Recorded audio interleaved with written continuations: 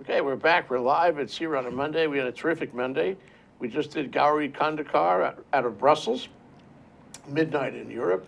And now today, at this moment, we're having Dr. Dave Karl. He's the director of CMORE, and CMORE is the Center for Microbial Oceanography Research and Education at Manoa. Welcome to the show, Dave. Well, Jay, it's great to be back. Great to have you here. Dave is, by the way, Dave is director of ThinkTech Hawaii, Inc. So today we're going to talk about, this is our regular spot for research in Manoa. Nothing could be more perfect than to have you down. I'm going to talk about the science in CMORE and as it otherwise occurs to you. Well, that's terrific. I'd just like to say that I attended your luncheon at the YWCA last month, and it was a terrific presentation of science in the state of science in Hawaii. That was a great topic, I think, and I think everybody there learned something. Well, more and more we think our mission, the central part of our mission is to encourage and find science in Hawaii and then build a science industry and a tech industry to diversify the economy. More and more we're worried about having just hospitality as the sole engine of the economy. So it's very important. You're very important. The university is very important. And of course, commercialization is important. So with you today, I'd like to sort of take a snapshot of where we are. First, I suppose, let's talk about federal science. Let's talk about whether, grant money is as free as it used to be, and what are the directions in scientific research grants these days? Yeah, well, that's a big topic, Jay, and it's an important one. We rely as basic scientists mostly on the federal government for funding. This wasn't always the case, interestingly enough. When the National Science Foundation was created in 1950, one might say, well, what did scientists do before 1950? Well, it turned out that there was a large interest in science, basic science, from philanthropic organizations like the Rockefeller Foundation, Ford Foundation, Carnegie Institute, Carnegie Foundation. And these very large philanthropic organizations were really the driver of basic research in the country. Then the Office of Naval Research was created in post-World War II, and shortly thereafter, the National Science Foundation, the Institutes of Health. And the Institutes of Health funds basically biomedical research, and NSF funds everything but biomedical research. So the NSF has a National Science Foundation, or the NSF, has a very broad and important mission in the government, really in the nation, in the world, because we are one of the largest developers of discovery and inventions and new ideas in science, technology, engineering, and mathematics. The National Science Foundation is a complicated organization. It's divided into a number of divisions and directorates. My field is oceanography, and we fall under the Geoscience Directorate. It includes things like polar science, meteorology, geology and geophysics, oceanography, all branches of earth science. So the school SOEST, the School of Ocean, Earth Science and Technology here at Manoa, is really patterned after those same topical or thematic interests that the geosciences at NSF would have. Well, it just seems to me that those sciences around SOEST, around earth science and ocean science, are more and more important as the earth seems to get more scarce under our feet. And the issues of environment are all the more threatening. Is there a parallel increase in the amount of funding for those areas? Yeah, unfortunately not. I got into science as a young kid because I was interested in environmental sciences. This was the first wave of environmental science and sustainability, if you will, when we used to throw our garbage out of the moving car and when nobody cared about recycling. And I grew up on a polluted Lake Erie that was polluted because there was a large industrial complex there, mainly Bethlehem Steel and other shipping interests for the Great Lakes. Now I'm happy to say that Lake Erie is cleaner now than it was when I was a kid. So there are some successes. We've gotten rid of phosphate and detergents, so we've created cleaner waterways and lakes and rivers. But we have a big problem with humankind in that everything we generate is at some level a waste product, whether it's carbon dioxide from our energy generation or solid waste. We're running out of room to put to dispose of solid waste. And you all know about, and your viewers I'm sure know all about the Great Pacific Plastic Patch, this mythical region of the subtropical gyre where plastic and other trash tends to accumulate in it. And it's not really a myth, this does happen. And plastic is a good example because the plastics industry started, you know, just about the same time the NSF got created, about 1950. And so in you know 50 or 60 years, we've created this problem on our planet that is going to be very hard to reverse. One of the issues with studying pollution, and especially global warming and greenhouse gas pollution, is that it has become a very politically charged and controversial issue. And the science behind it is unquestionable. There is no doubt about the basic understanding or underpinning of, for example, greenhouse gas climate warming. The issue is when you go and look for detail and scientific proof that A or B is happening because of that. And that's where the controversy comes in. That's where the misunderstanding and misrepresentation of science comes in. And it all relates to the fact that we really have very few long-term data sets on issues related to pollution and greenhouse warming.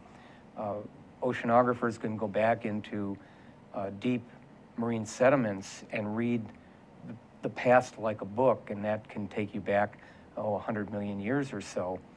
But these are not very detailed records. When we want to try to understand what's happening today and what happened in the last decade, for example, we find a dearth of actual data on the ocean. And one of the few data sets that we have dealing with how the ocean might be changing is right here in Hawaii, the Hawaii Ocean Time Series program, which was created with National Science Foundation funding in October of 1988. So by SOEST. By SOEST, by myself and Roger Lucas. We were the founding directors. So every month since October '88, a team of scientists and students have been going out in the university's research vessel to an area that we call Station Aloha, which is about 100 kilometers due north of Kahuku Point on this island of Oahu. And we've been making observations, conducting experiments, basically developing the baseline that we will use to compare future states of the ocean. So as the science gets more sophisticated, you look back toward the data you had before and you wonder why you didn't include more fields. Eh? Yeah, well, therein lies a problem. You're constrained by funding in particular, and you're constrained by imagination and knowledge. Just as you said, if it's like these game shows where you want to just go and buy a letter or a vowel to fill out the picture and to solve the puzzle. We can't do that in science. We've got to think about things ahead of time and start making observations and measurements that we think, given the best of our knowledge, will be useful for monitoring and eventually detecting change in the environment. And this is a huge problem, as you've just alluded to. And we continue to make progress, but we continue to have challenges. You know, inherent to this, or at least running alongside, is the whole thing about toxicity from mankind in general. And there was a very interesting segment on 60 Minutes just last night over a company called Lumber Liquidators, which makes flooring. In order to make the flooring, you got to glue pieces of wood together, and they use formaldehyde to do that. And formaldehyde is a carcinogen, a serious carcinogen, and all the flooring made in China has issues about the level of formaldehyde.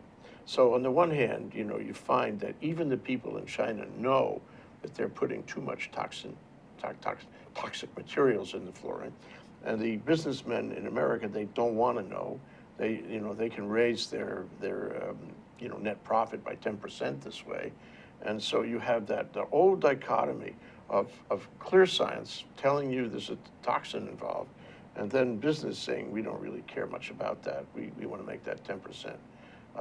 And I suppose all of environmental science has to be concerned with that dichotomy. Yeah, I saw that piece, Anderson Cooper's piece on Yeah, lumber liquidators. It's really a scandal, as the person representing the company said. Joe, gee, he's got to look into this. And I bet he will, now that it's shown worldwide. But, you know, the formaldehyde in manufactured products is one issue. I recall a couple decades ago, it was with sheetrock. There was contaminated sheetrock coming from the PRC. And, you know, it's the demand for profit. It's the demand for, you know, let's say, increasing your standard of living and your lifestyle. These are things that drive humankind. And, but eventually we're going to put ourselves to the point, it's like when you do what's called a chemical titration, where you add a little bit of a material to a solution, and there's very little change. You add some more, there's very little change. And then you add one more drop, and there's a huge change. You've reached the end point, the titration end point, we call that. And a number of years ago, it's the straw that broke the camel's back. It's the straw, literally, that broke nature's back. And we had a meeting when I was just getting involved in, here at UH back in the early 80s that looked at the ocean as conceptually as a chemical titration. How much can you add to it? We used to think back then that dilution was a solution to pollution. Just put it in the ocean. The ocean is infinitely larger, so we thought, some people thought, and it will take care of this insidious pollution and toxins of humankind, whether it's municipal waste or whether it's industrial waste, or in this case, formaldehyde or carbon dioxide that we're putting in the atmosphere. Where is the end point of adding carbon dioxide to the atmosphere? When will there be a critical change, what we might call in ecology a regime shift, where suddenly all the communities of organisms that live in the ocean are impacted at the same time, and the ocean goes into a new state, a new physiological or ecological state that no longer produces fish, no longer makes oxygen for the oxygen that we breathe in our atmosphere, and so on and so forth. And this has a profound effect on us at the end of the day. Yeah, this is our tombstone, if you will. Yeah. We don't know how close we are to that, but a lot of scientists believe we have already surpassed the carrying capacity of this planet. We've just got too many people. All those people need resources. We're running out of natural resources. Some resources can be manufactured. For example, nitrogen, which is a fertilizer needed for plant growth and needed to grow food for the burgeoning humankind. Nitrogen, until about 1920 or 30, needed to be mined from the ground, needed to be mined from past deposits of nitrogen, and these were mostly what we call guano deposits. These were bird droppings that contained large amounts of nitrogen. And in fact, Bolivia and Peru fought wars over the bird poop wars, they called them, over the land that contained these large deposits from seabirds. But then in the 1920s, German scientists were able to discover a way to chemically make fixed nitrogen, ammonia, if you will, from the nitrogen in the atmosphere. And there's an unlimited supply of nitrogen gas. It's 80% by volume of the air we breathe. So this was a very important breakthrough. Some people think perhaps the biggest scientific breakthrough ever, if you can believe that. It wasn't the jet plane, it wasn't the internal combustion engine. It might not have even been the wheel. It was the fixation of nitrogen, because this released us from the normal nitrogen cycle on our planet and allowed us to produce more and more people, to produce more and more materials that required ammonia as a starting product, including, I might add, gunpowder and a lot of other explosives. Yeah. So these were things that fueled wars, they fueled population explosions, and everything was fine until now. We're faced with the mid-21st century will probably will run out of the next nutrient, which is phosphorus. And unlike nitrogen, we can't fix phosphorus from a gaseous product. There is no equivalent gas. So what we have for phosphorus is what's in the skin of the earth, what we can mine out of the earth or out of the seabed. And already people are projecting that maybe by 2050 or so, we will be out of phosphorus. And if you don't have phosphorus, you don't have the green revolution that Franklin Delano Roosevelt talked about. In fact, he promoted the use of phosphorus on plants, on agricultural crops, and that allowed us to start feeding the humankind in the US and then exporting food globally. And developing nations like India and China are very much interested in the reserves of phosphorus. They don't have very much. Most of the phosphorus that remains on the planet is in North Africa. Perhaps these are the next wars or conflagrations to fight for this last bit of phosphorus. Let's hope not. That's Dave Karl. He's the director of CMORE, which is the Center for Microbial Oceanography, Research and Education at UH Manoa. Here we are in ThinkTech Talks, talking about research in Manoa and elsewhere. When we come back, Dave, I'd like to explore the Lake Erie phenomenon, where environmental degradation was somehow reversed, and ask you whether that can apply in other contexts elsewhere around the world. Oh, that'll be fun, Jay, thanks. We'll be right back, you'll see.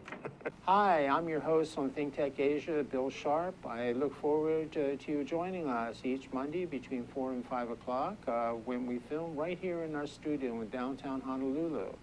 The show, ThinkTech Asia, focuses on contemporary events in Asia, and by Asia we mean anything from Hawaii, south to Australia and New Zealand, west to Pakistan, and as far north as the Russian Far East. Clearly, this is one of the most economically dynamic centers of the world, and we bring you up to date on what's going on in a whole host of countries in this very vital region. We look forward to seeing you. Aloha. Okay, we're back, we're live. We're here with Dave Karl, director of CMORE, the Center for Microbial Oceanography, Research and Education at UH Manoa, a founder of it. And here we are on ThinkTech Talks, and we're talking about research in Manoa and elsewhere. And the question left hanging, we're going to try to make a reasonable short work of this, is could you do Lake Erie, the Lake Erie phenomenon about reversing environmental degradation elsewhere? Could we, with science, save the world? Yeah, well, the Lake Erie phenomenon, as you refer to it as, my home lake, my mini ocean when I was a kid, Lake Erie was very polluted, and the main reason for that was, one of the reasons was this addition of phosphorus that I mentioned earlier. The phosphorus addition to waterways encourages the growth of noxious algae that are able to fix nitrogen naturally, not this industrial process we just mentioned, but a natural process of nitrogen fixation. And these tend not to, these algae tend to have toxins and not move into the food web, just like normal plants would. So they're an endpoint. So the lake was full of these noxious, slimy algae in the summertime, and all the industrial pollutants, mainly from Bethlehem Steel and a lot of chemical plants. For those of you who know the history of Buffalo, it was once the Queen City of the Great Lakes, is what it was called. It was situated there right at the Erie Canal, and it was the main transport line to bring supplies from the upper Great Lakes, Duluth and Lake Superior, for example, iron ore, grains from the Midwest, oil and other material, to bring that through the Erie Canal into the Hudson River and the East Coast ports.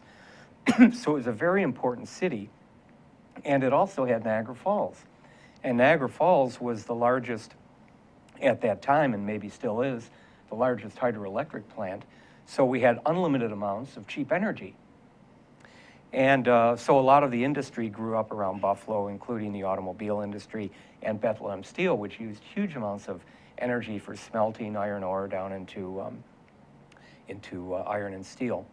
So this was a very much of a polluting industry, and the main reason why Buffalo recovered was that Bethlehem Steel went out of business and closed down their their plants because other sources of steel, in particular Asia's Korean steel, became cheaper worldwide, and it was just like you were alluding to earlier with the lumber liquidators. There was a cheaper source of something. It might not be as good, it might not be as safe, it might not have been produced in as environmentally sound way as all the regulations that we have in this country, but it was cheaper. So it got an international market and it put the other products out of business. I would like to think that science had some part in this, and I might add, as a young kid, I participated in Earth Day 1 back in 1970 or 71, and I gave a lecture on Bethlehem Steel. Love It or Leave It was the title of my talk, and it was all about reversing the pollution in Lake Erie. Okay, well, we can do it elsewhere, maybe, but I think you have the key to that. Let's talk about, you know, the science in Hawaii for a moment. And I think CMORE is a central part of that, so please discuss the relationship of CMORE and the scientific community here. Well, first of all, I think Hawaii is a great place to be a scientist. I'm an environmental scientist, I'm an earth scientist, so of course, location, location, location. If you want to study a volcano, if you want to have access to the best telescopes in the world, if you want to have access to the open ocean, Hawaii is the place to be. So I moved here in 1978. I created the Hawaii Ocean Time Series program with Roger Lucas a decade later, still going on. In 2006, we created the Center for Microbial Oceanography, Research and Education. This is a 10-year National Science Foundation sponsored program. But, okay, and we got to visit it, actually. We got to make a movie of CMORE. It must have been within the last 4 or 5 months, I think. When you walked us around, you showed us the building. It's a Leeds building, top of the line Leeds building. It's really beautiful. It's not, you know, as big as you might expect, but it's very efficient. And it's got room for everything you want to do. And the most significant thing I remember right now today, which always sticks with me, is that the director of CMORE stands at his desk. He does not sit at his desk. Yeah, well, that's all true, Jay. You visited us last June, yeah, and did this wonderful show where you walked through the hale and saw some of the work we're doing and visited with some of the students in our international summer training course that we'll be running again this year in May and June, and you can come back and visit a second time. I'd like to do that. But yeah, the center is, the building is not very large, and maybe you can talk to the people in control of those sorts of things at UH, and we can build another couple floors. Let me just make a call. But it's a beautiful building. It's a LEED Platinum building, the only one in the state of Hawaii, the only laboratory LEED Platinum building in the state of Hawaii. We have about 40 people working in the building, everyone from students to postdocs to faculty members. And we are every day making discoveries related to the world around us, in our particular case, to microbes that live in the ocean. Yeah, I wanted to ask you about that. It's microbial oceanography. And I imagine that when you start studying the ocean for microbes, you get to see the whole ecosystem, because the ocean has a lot of microbes everywhere, and they're part of that ecosystem. But through that research, you can see into the future. It's like Marcel Proust, looking through the looking glass and seeing how the world is going to evolve. What an exciting area. I mean, why did you get into that as the first thing? Well, you're absolutely right, Jay. Our mantra in CMORE is from genomes to biomes, and what that means is from the genetic blueprint of life, the genome of life. This is the organized nucleotide bases in the DNA molecule that is really the book of life. It tells you how organisms are structured, what sorts of metabolism they might undergo. Our predecessors. Their evolutionary history of life on the planet. These are all things you read from the genome. On the other end of the spectrum is the biome. The biome is the habitat itself. In our particular case, our biome of interest is only the North Pacific subtropical gyre, the largest ecosystem on this entire planet. It stretches from California to Asia and goes north almost to the latitude of the state of Washington and down near the equator. So it's a huge environment, and we are trying to study that area to see how it's structured, how it's organized, how it functions, how it's controlled, and then superimposed on that is what we are doing as humankind. At what point will those sorts of stresses start to impact the functioning, the normal functioning of the environment that had been functioning that way long before we were even on the planet? The straw that broke the camel's back. Straw that broke the camel's back, or the fish's back in this case. Yeah, yeah. And CMORE is initially a 10-year program from the National Science Foundation. It's what they call a science and technology center. These centers are the gold standard at NSF, at least we would like to think they are. There's 14 centers around the nation, that's all, just 14. We are the only one that has ever been in Hawaii.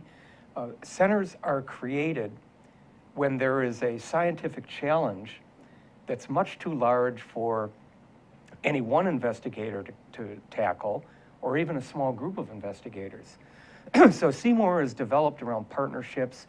We have colleagues at 6 mainland universities, everyone from Columbia University to MIT, to the University, to Oregon State University and University of California. These are top-rate, top-flight universities, public and private, in our nation.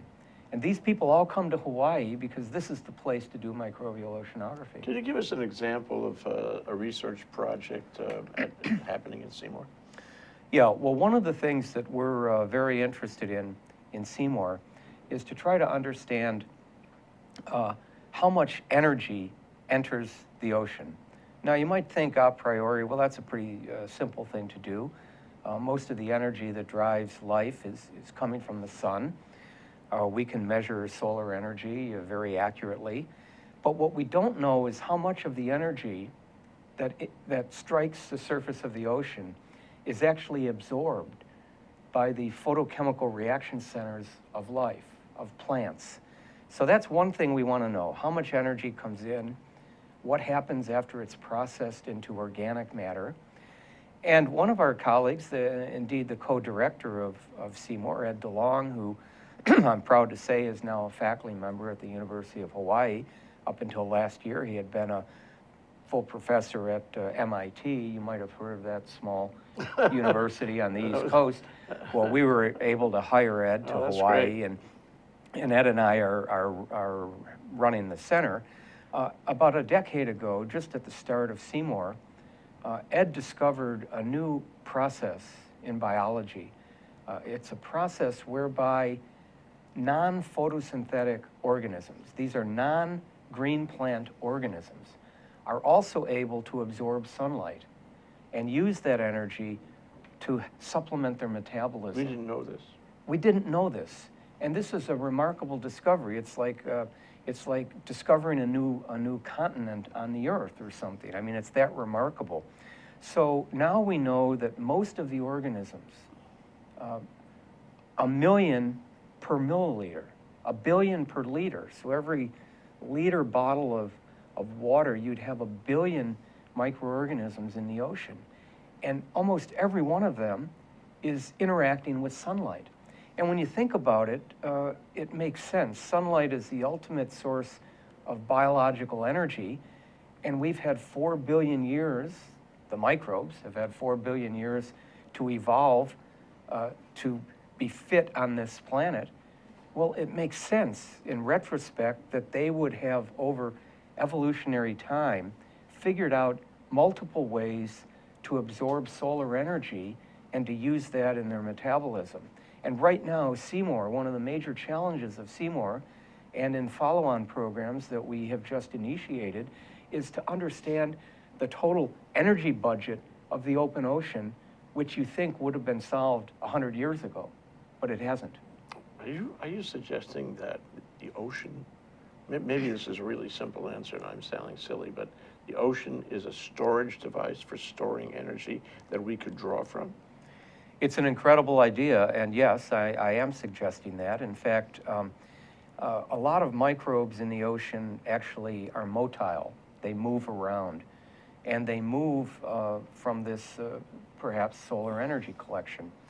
And there was a paper a couple years ago where some engineers made microscopic gears that harnessed the movement of the bacteria to store energy in a storage cell. So what you're saying, you must have read that paper, Jay. I mean, you must have been pulling my chain here. So yeah, these are not science fiction ideas.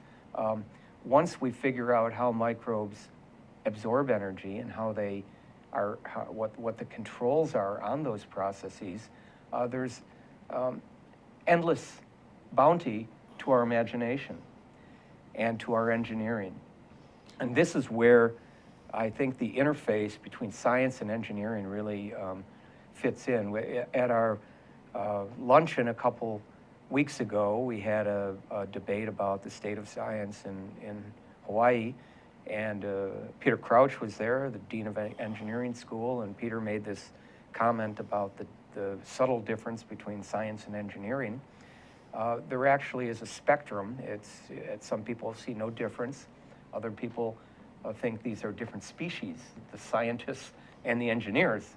They didn't come from the same genetic stock because 50 shades of gray. They think very differently and they act very differently. But there's this continuum, I like to think of it as, and the nation needs both, the state needs both, the university needs both.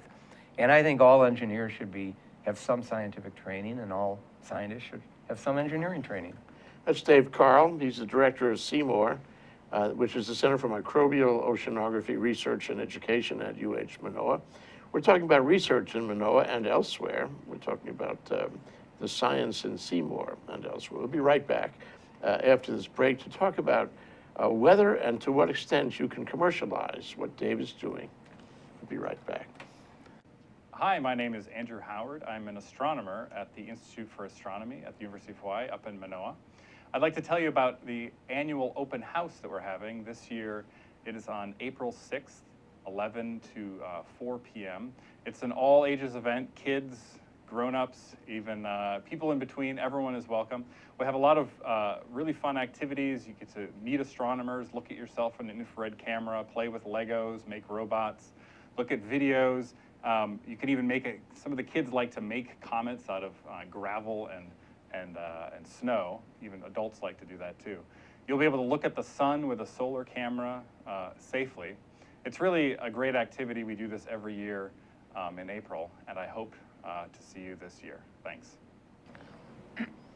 Okay, we're back. We're live. We're here with Dave Karl on a Monday morning, well, afternoon.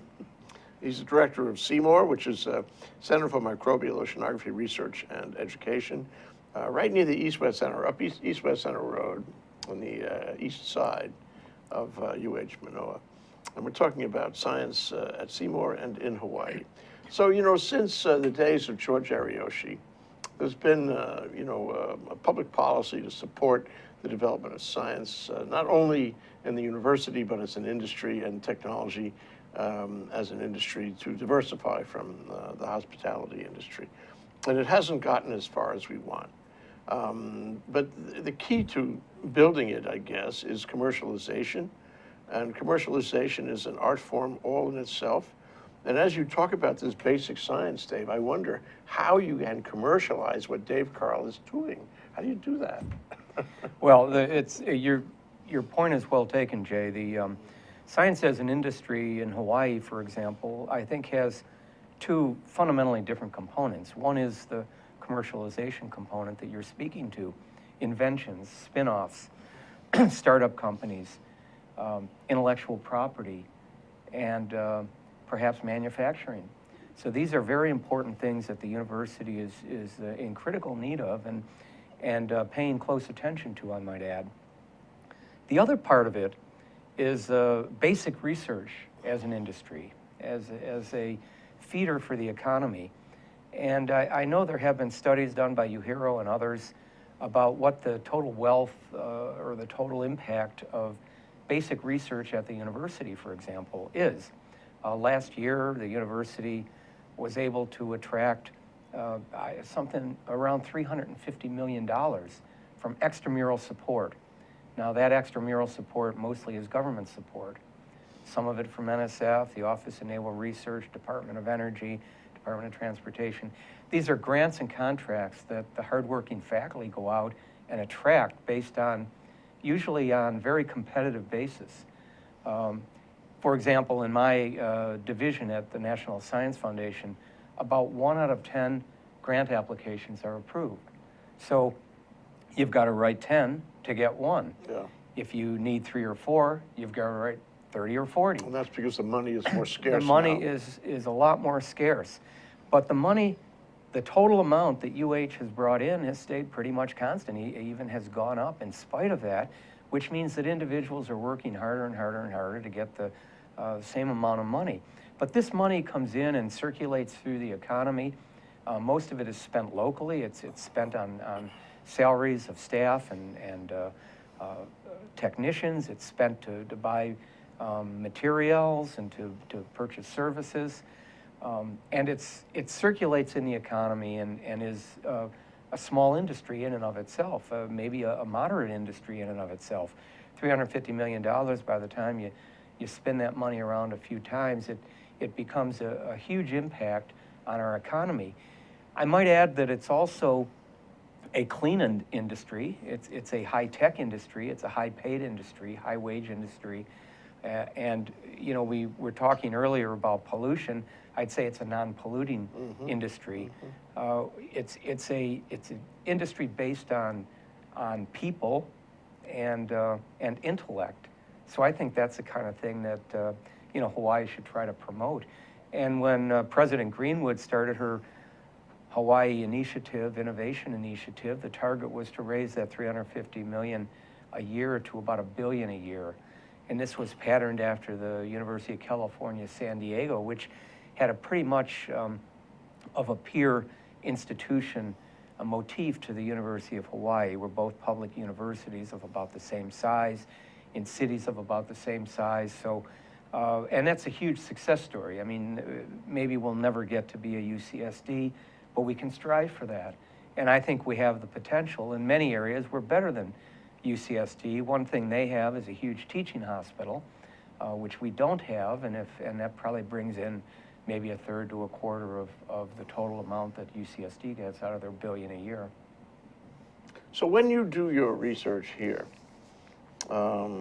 you're collaborating, and you mentioned before that CMORE has a number of other universities, other research facilities around the country that it collaborates with, and they would all be doing pretty much the same work, you know, in microbial oceanography.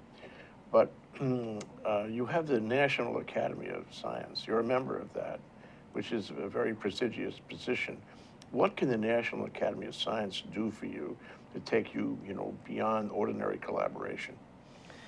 Well, the National Academy of Sciences was founded in 1863 by President Abraham Lincoln in the middle of the Civil War, I might add.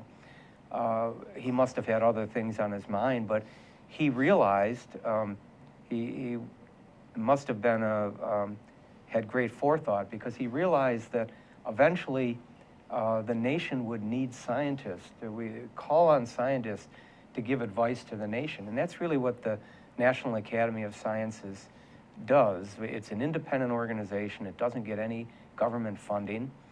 It's self-perpetuating. It's an honorific society of scholars in sciences and engineering. And on very frequent occasion, the government or other bodies will call on the Academy for advice.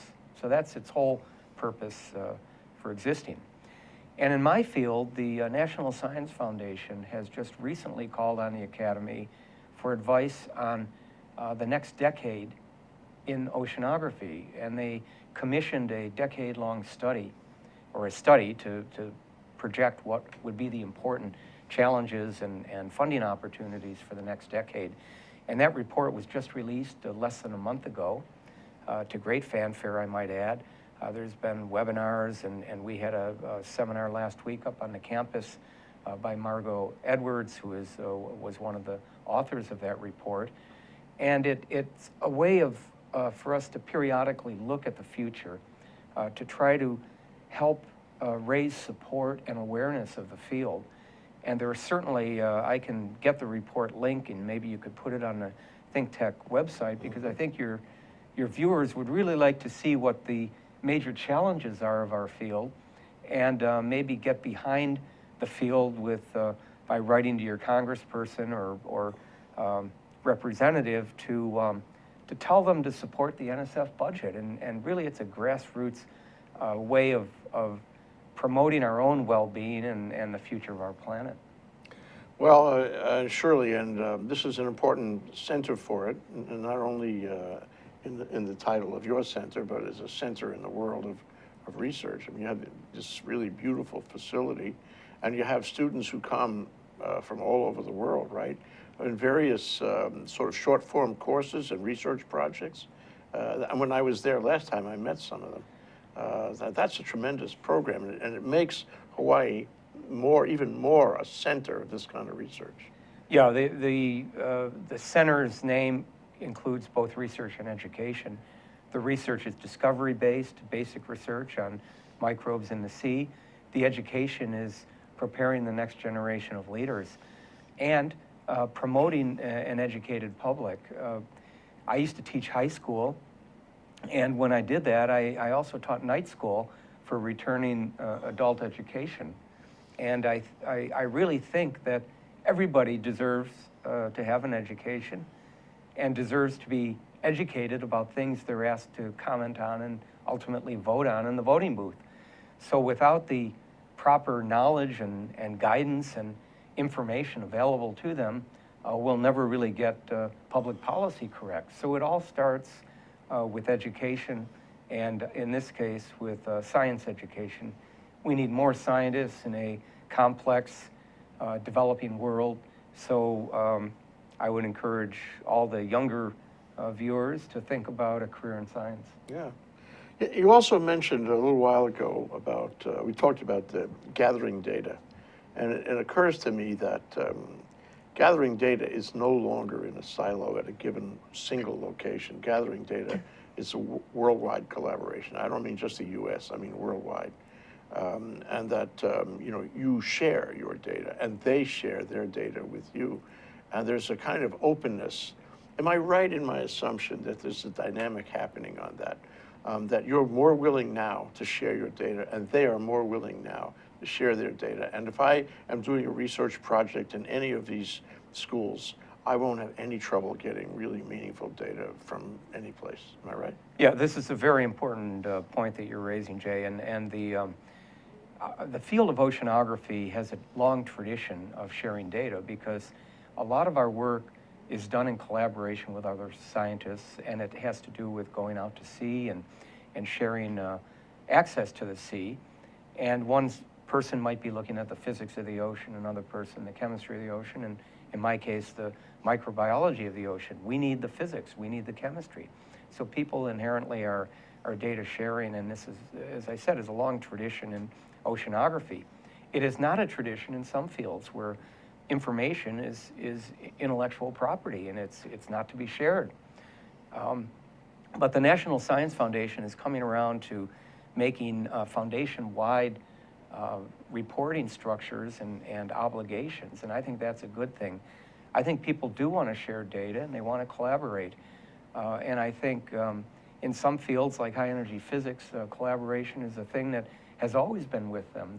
They've always worked together, and look at where that field's gone. Astronomy is the same way, and oceanography. So those are three that I would point to say they're success stories. Maybe other fields are lagging behind us, but I think they'll be up along with us in no time at all. It's a great time to be in science. It's a great time to be a scientist. So looking at it from CMORE's point of view, your special home, your special standing desk. CMORE is and hopefully will continue to be an emerging global center in microbial biology, microbial oceanography. And microbial oceanography will become more and more important, especially with climate change and the shrinkage of the oceans, if you will, I mean, conceptually. So what does CMORE have to do to continue on this track, to be a global center, to realize its destiny as a global center? Yeah, well, I'm glad to say I'm glad to hear you say, Jay, that we have this destiny, predestination for greatness, That's what if I you will. And I think you're absolutely right, although I may be a bit biased. CMORE, the funding from NSF is a 10-year cycle. We have a site visit. The NSF comes out and reviews us every year. We have that coming up in 2 weeks. And then we'll get our 10th year of funding, our final year of funding from the NSF. But don't worry, CMORE isn't going anywhere. Ed DeLong and I, along with some colleagues, have proposed a new center, a follow-on center, if you will, a legacy center to CMORE called SCOPE, the Simons Collaboration on Ocean Processes and Ecology. And that has just been funded as of 2014 for a 5-year period, perhaps longer. We will continue to do this work as long as there's funding to do it. But what the funding boils down to is interest, challenges, and intellect. And we need the next generation of leaders. So a quick answer to your question is that you need built-in multi-generational leadership, where our students take on the leadership role and their students then take on the leadership role. And I think if you do this right, the training, the excitement about the science, and the positioning with facilities like CMORE Holly, I think there's no way but success. Right here in Hawaii. Right here in Hawaii, homegrown. Yeah. That's Dave Karl, Director of CMORE, which is the Center for Microbial Oceanography Research and Education at UH Manoa. And we're talking about research at UH Manoa. Thank you so much, Dave. It's great to have you. Thanks, on the Jay. show. It's always great to visit ThinkTech Hawaii.